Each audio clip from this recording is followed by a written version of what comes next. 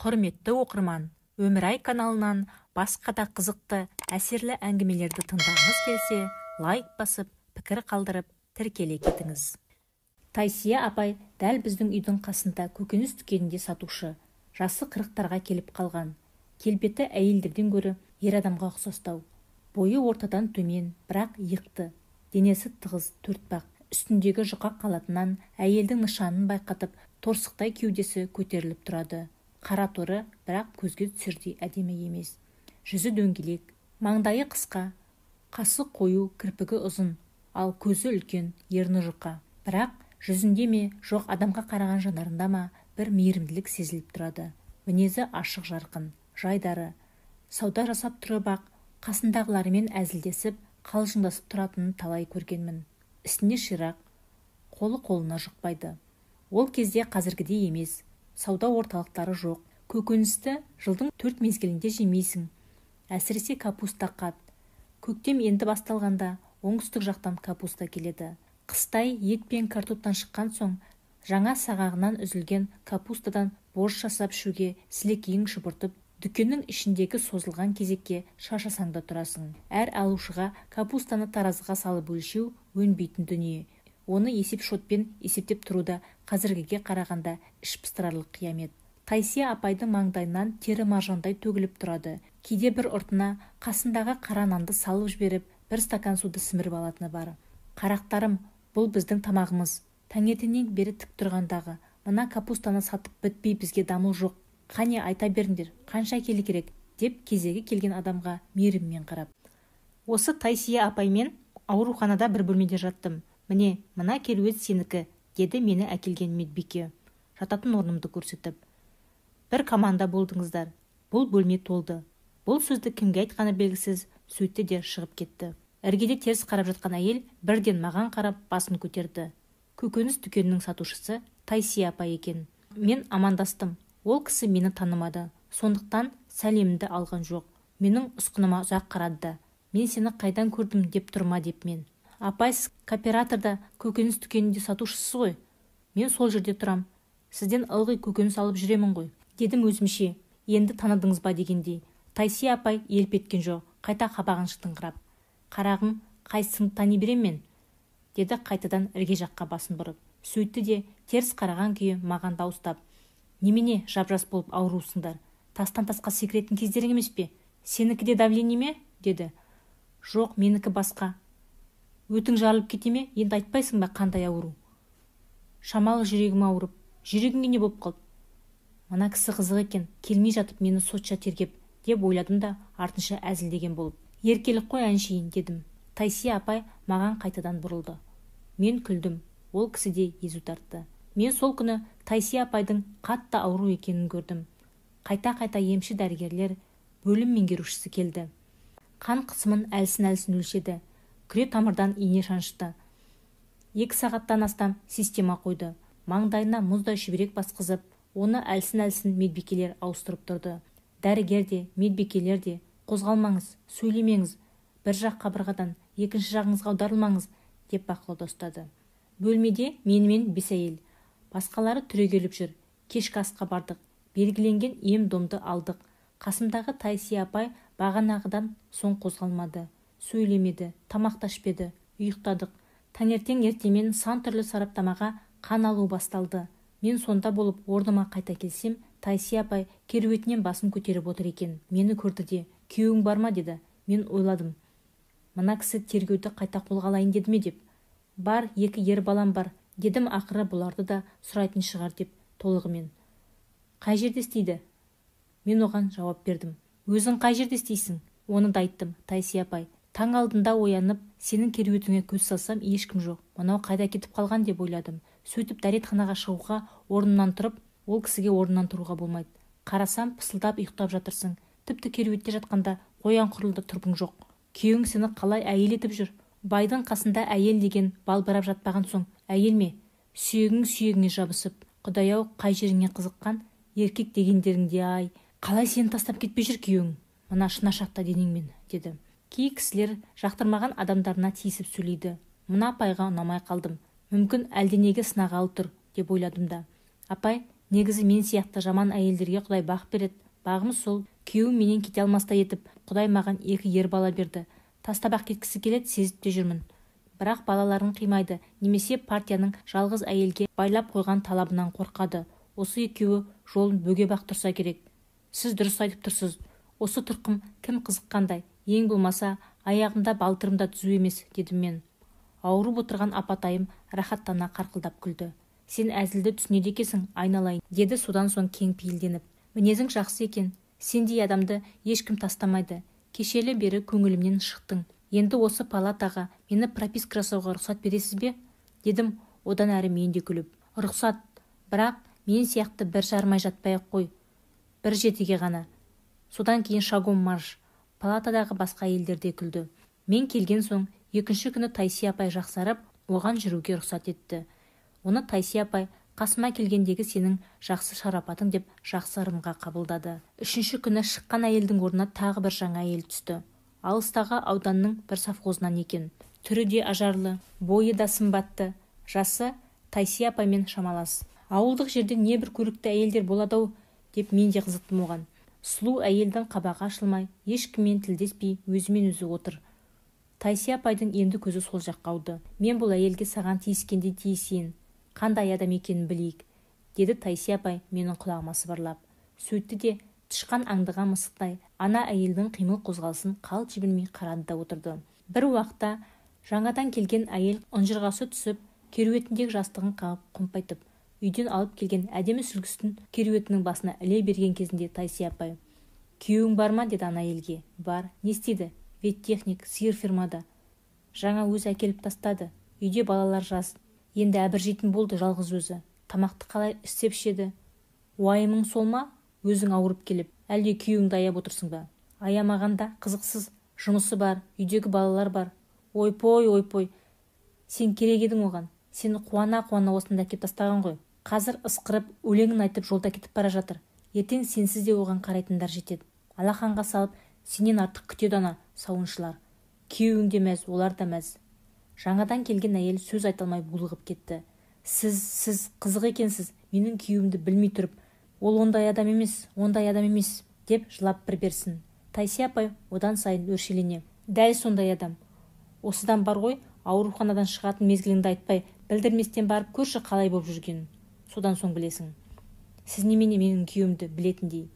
деп көзінен жасы моншақ ағып, ол бетін жағалай, омырауына, мұрнының ұшына төгіліп, бырсылдай әйел бөлмеден шығып кетті. Не дерімді мен де білмей отырмын. Ақмақ әйел, нағыз ақмақ.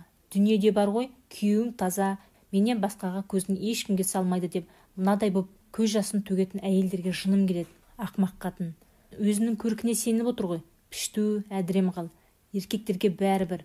Көріктісің бе, көріксізсің бе, осындайларды көрсем ерегісіп кетем ғой. Жынымды қоздыруын қарашы. Жыныңыздың қозуының да сыры бар шығар, айтсаңызшы, дедім мен кәсіби әдетіме басып білгім келіп. Мен әлдекімдерге қатын құсап, ананы, мынаны айта бермеймін. Журналистсің ғой. Бірақ саған айтайын. Жазатындарың болса, соған кейде керек болса. Менің осы жасымда көргенім мына 2 көзімен. Апай көзін шығып көрсетіп қойды. Көргенім көп, нағыз фактімен. Бұған менің Қырым курортында өз күйеуімнің басынан өткен хикаятым куә. Содан соң өз бастығымды көрдім. Өзінен 12 жас үлкен ана киімдер дүкенінің сатушысы ақтөбелік қатынмен қалай жүріп тұрғанын. Сол бастығымның бар ғой, үйінде мынауски бас бармағын көрсетті. Ол жып, келсең кел деп тұрған қатыны бар. Не жоқ десе кәрі кемпірге барып. Соларды көргеннен кейін мен еркектер адал дегенге сенбеймін деп өршеленген қалпында сәл басып тоқтады. Ақыры бастаған соң айтып тынайын деді ме, бас жағында тұрған стакандағы суды бір ұрттап алды да Қырымдағы хикаяны айтып берді. Осы қан қысымның көтерілуі сол курорт оқиғасынан басталып кетті. Мұндай ауру дегенді мен түгілі ата-бабамыз көрмепті. Мен енді сол аурудың қазір жетегінен шыға алмай отырғаным. Курорт дегенді білмеуші едім. Біздің үйден үнемі баратын күйеуім. Облыстық байланыс басқармасының білдей бас инженері. Бастық, Қырым, Сочи, Алтау, Есентуки дейсің бе, аттарын білмеймін де. Жылда кетеді жаз ортасында. Мен де сенімен бірге барайын да деген қатын емеспін. Еш жерім ауырмаса, несіне барамын деймін. Сол курорт тек бастықтарға, еркектерге ғана лайық шығар деп ойлаппын. Сөйтсем, мына қатындай ақмақ екенмін ғой менде. Дүкенді білесің ғой, орныңа адам табылмайды. Ойбай, Тайсия адам жоқ, отпускной ақшаңды ал да істей берсейші дейді бастығым. Мен, сөйтсем сөйтейін деймін. Алған ақшаны балалар өсіп келе жатыр. Анаған керек, мынаған керек деп жинаймын. 1-2 күн Қостанайдағы шешеме барып келемін де, жұмысымды қысы-жазы жалғастыра беремін. Содан бір қыста қайта-қайта жөтел қызып, суық тиді ме, ауыра берген соң күйеуім мені келісе қалар деп ойламаса керек. Биыл Қырымға 2 путевка алайын, сен де демал деді. Әбден қалжырап жүредім. Жарайды, онда сенімен бірге курортты көрейін деп бастығыма жалынып, маған бір ай демалыс бер деп сұрадым. Ол жіберді, жібермеуге амалы да жоқ. Оның хикаятын көргенмін, ешкімге тырс еткен адам емеспін. Соған риза, анда-санда құлағыма сыбырлап, мен саған қарыздармын дейтін. Сол қарызын өтегені шығар. Қайта қосымша сыйлық жазып, қалтамды томпайтып қалыңдатты. Сөйтіп, Қырым дегенді көрдім. Айтары жоқ, әдемі-ақ екен. Жағалаудағы жайлы жерге орналастық. Бөлменің терезесі теңіз жаққа қарайды. Терезеден саф ауа тынысыңды кеңейте түседі. Бәрі керемет. Мені қойсайшы. Көзіме өмірі ұйықтамайтындай ұйқы тығыла береді. Жөтелден сап тыйылдым. Тамақ ішіп боламын. Бөлмеге келе ұйықтаймын. Бір күн өтті. Екінші күні де солай. Бөлмеден шығуға құлқым жоқ. Мына овощнойды білесің. Жәшік-жәшік заттарды көтереміз ғой. Әбден демалыс көрмей. Қалжырасам керек күйеуім. Шығып даланы, теңізді, жағалауды көрсейші дейді. Мен қоя тұршы демалып алайын деп ұйықтай берем. Күйеуімде дамыл жоқ. Ваннаға барам, ана емді аламын, мына емді аламын деп кетіп қалады. Асханада бірақ кездесеміз. Бір апта осылай рахаттанып ұйықтадым. Бір күні кешке оянсам, таңдайым кеуіп жатыр екен. Алдында күйеуім көршіден тоқ шәйнек бар деп әкеліп жүрген. Сол көршіден шәйнек сұрайын деп дәліздегі есіктерді араладым. Бір есік жартылай ашық тұр. Ар жағында бір әйелдің сыңғырлаған күлкісі естілді. Артынша ер адамның, анығында менің күйеуімнің даусына ұқсас біреудің үні шыққандай болды. Жайлап, ол мұнда неғып жүр деп қарадым. Қарасам, менің күйеуім лыпасыз, ана әйел де сондай сықылды. Көзім шыдамады. Екеуі бұл дүниені ұмытып болып жатыр ғой. Есіктің тұтқасын ұстап тұрдым да бар даусыммен бақырып, «Әй албастылар, тым болмаса мына есіктеріңді іштен жаппайсыңдар ма?» деп айқайладым. Табан астында не қыларымды білмей қалшылдап кеттім. Мұндайды көріппін бе? Жүрек кетті тарсылдап. Келдім де долданып жиналдым. Чемоданымнан тіпті киімдерімде толық алынбаған. Алқым-талқымы шығып күйеуім келді артынша. Бет жоқ қарауға. Болды, кетемін, бөйткен қырмың құрсын. Жылда келіп жүрген курортың осындай ма? Дедім мен күйеуіме. Барған соң ажырасамыз. Мен Қырымда барлығы бір апта ғана болыппын. Ананы қайдан тауып алдың? Әлде жылда осы жерге бірге келесіңдер ме? Ваннаға, ем алуға, ана қатынмен бірге болуға қалай үлгіріп жатырсың? Айтып жатырмын. Сөйттім де сол күні самолетпен кері кеттім де қалдым. Ол кісі қалды ма? Қалды, қалмай қайтеді. Курортқа, Қырымға кетіп барамын деп, әрі бастық көп ақша берген соң, жұмыстағыларға жол аяқ жасап, әбден мақтандым емес пе? Үйге баруға, жұмыстағыларға көрінуге бет жоқ. Шешемнің үйі Қостанайға келдім. Өйткені балаларым сонда еді. Барлығын анама баяндадым. Болды, ажырасамын. 2 бала түгілі 5 балам болса да ажырасамын дедім. Міне, осы давление дегенді сонда тапқанмын. Анам бірден үндемеді. Маған қарсы да келмеді. Қоштайтынын да білдірмеді. Бір ауыз не дұрыс, не бұрыс деп тіл қатпады. Тырсиып, өз-өзіме келе алмай мен жүрмін. Тамақты да ішкім келмейді. Шамалы күн өткен соң шешем: «Ақылға салсаң, ажырасу деген ойдан қайт қызым» деді. «Ашуыңды бас, түрегел орныңнан. Байың өлгендей болып қара жамылма. Одан да маған қияр тұздас. Ана балаларыңа қыста керек. Өтпескеннің уақыты біткенше үйде еркінше демал. Сосын балалармен үйіңе қайт. Әр еркекте жігіттік деген болады. Ол кешірілетін нәрсе. Қатынның басы алтыны жалғыз сен емес. Отбасың болмаса сен ешкімде емессің. Балаларға да әке керек, ана да керек. Қақ бөлінсең ұтылғаның, тұтас болсаң ұтқаның. Түбінде мұндайды түсінген әйел ұтысқа ие болады. Күйеуің орынсыз тілдемесе, қолын тигізбесе, табысы алақандай болса, саған не керек? Ерікпей отбасыңа орал. Содан соң ертең келгенде сен өйттің, бүйттің деп миын күніге шіртпе. Өзі де бұл жолы опық жеген шығар. Ақылы бар азамат қой, бір нәтиже шығарар. Менің айтқанымды талқылама, орында. Тұр орныңнан, тамағыңды іш, өзіңе кел, деді. Шешемнің ақылы мен Содан соң үйге оралдым. Анаңыздың айтқаны келді ме? Келді. Содан соң ол курортқа барған емес. Тіпті сол жағдай туралы сөз де қозғалмады. Жаз болса, ол дачаға қарайды. Тайсия үнсіз қалды. Мен енді көңілін көтергім келді ме, жоқ басқадай ма, үнсіздікті бұзғым келді. Палатадағы әйелдер айтты, күйеуі жақсы екен, ауруханаға күніне 3 рет келеді деп. Ол әуелі кекесінде күлімсіреп алды. Содан соң, біреудің байы біреуге таңсық деген. Я, рас келеді. Алайда көңіл бір қалған соң қиын болады екен. Көңіл қалғалы қашан? Тайсия апай күрсінді. Мен ауруханадан алатын ем-домым бітіп, үйге жиналдым. Шығарымда Тайсия апай, енді хабарласып тұр, сені іш тартып қалдым, деп өз ықыласын білдірді. Мен де құп алдым. Амандықпен кездескенше деп жылы қоштастық. Өкініштісі, қайыра кездесе алмадық. Артынша 20 күн толған жоқ. Облыстық газеттің 4-ші бетіндегі қазанама көзіме түсті. Онда Тайсия Жағыппар қызының ауыр науқастан қайтыс болғаны жарияланып, отбасына көңіл айтылыпты. Көзімнен төгілген жасқа ие бола алмай, сол күні өз-өзімнен біртүрлі күй кештім.